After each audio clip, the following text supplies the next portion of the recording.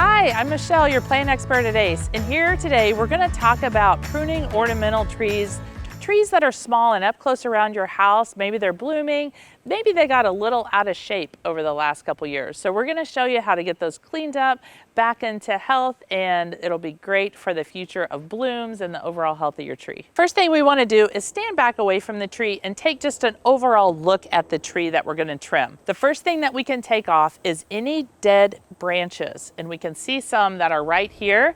So we're going to remove these dead branches here. Then we're going to take a look at any epicormic branching or irregular branching starting here at the bottom, because this is supposed to be a hydrangea tree and now it's turning into more of a hydrangea bush. After that, we're going to take a look at where we can take off some of these limbs that are overcrowding the tree next to it. And before you know it, we're going to have a nice fresh tree with just a few simple cuts. Another tip is if you're pruning in the winter and you don't know which ones are alive or not, you can take your pruners and do just a really light scrape on the bark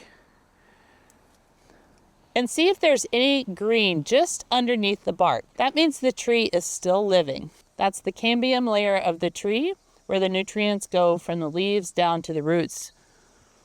So that means that piece is good right there. We're not going to take that branch off. We're taking one last look around the entirety of the tree from this perspective to make sure everything is nice and balanced.